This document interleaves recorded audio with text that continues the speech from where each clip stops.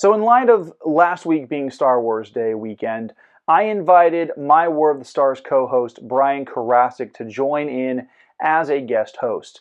He provides a tremendous insight on the podcast, especially on all things Sith, Empire, and the dark side. He also does a fantastic Emperor Palpatine cosplay.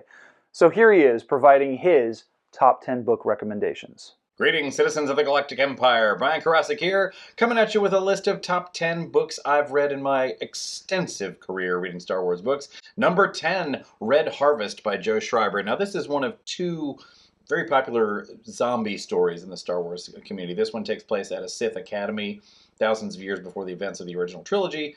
And it's a great book. And by the way, when you read it, and you should read it, I'll wait. Okay, you're back.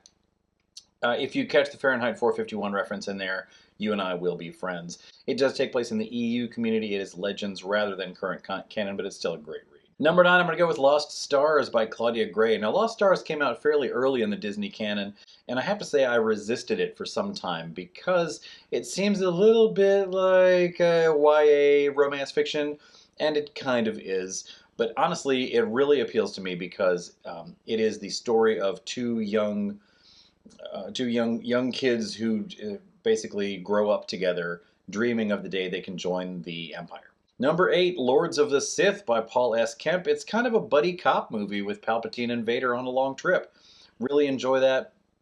There's a great scene with Vader and Palpatine crash landing on a ship, or on a sort of an unpopulated planet.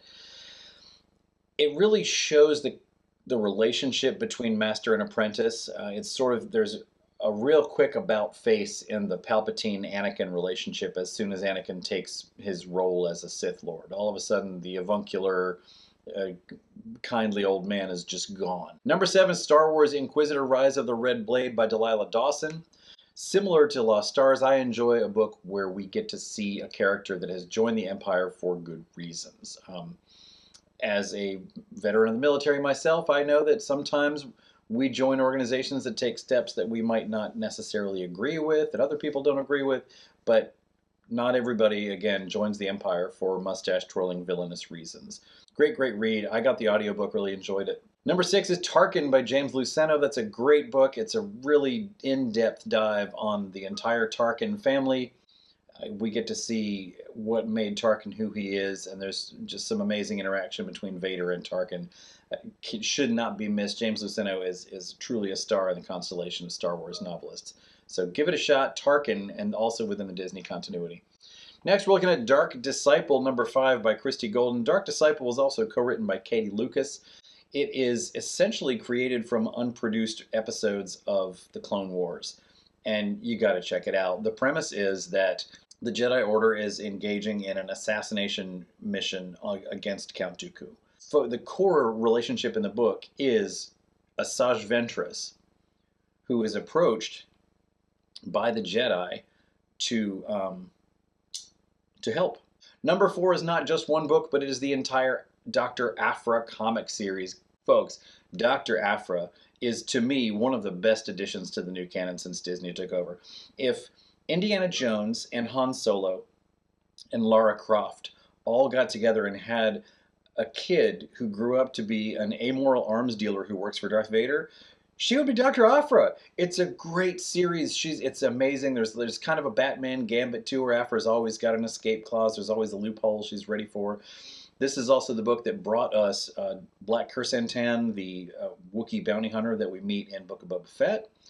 It also introduces us to two impeccable characters, the droids 000 and BT-1. Number 3, the Vader comic series. This is also in the Marvel continuity. Vader is where we are introduced to Aphra. That's the only reason Vader takes precedence over that. The Vader comic series began with filling in the spaces between the original trilogy films.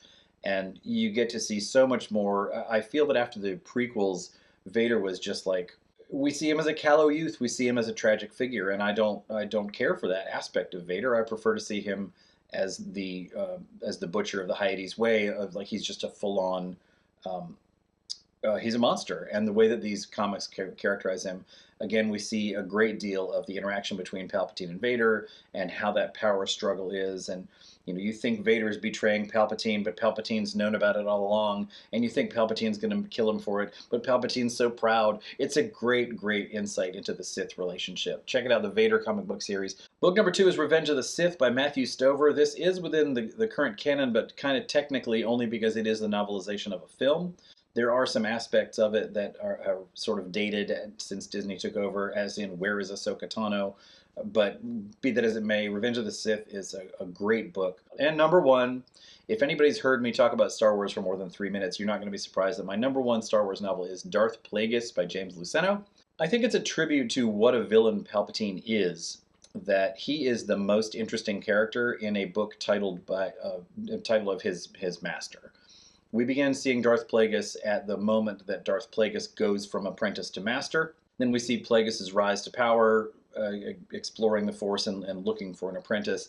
And then about a quarter of the way into the book, we meet young Palpatine on Naboo, an 18-year-old student who immediately clicks with Darth Plagueis, and we see that relationship take off. And so the broad scope of the book is that we see Palpatine from age 18 up until he becomes Chancellor. Thanks, folks. I appreciate you listening to me, and get out there and start reading. Thank you to Brian for being this month's Top 10's guest host. If you want to connect with Brian on the Sith Library Group page on Facebook, you'll find the link found in the video description alongside with his recommended book titles and their ISBN numbers.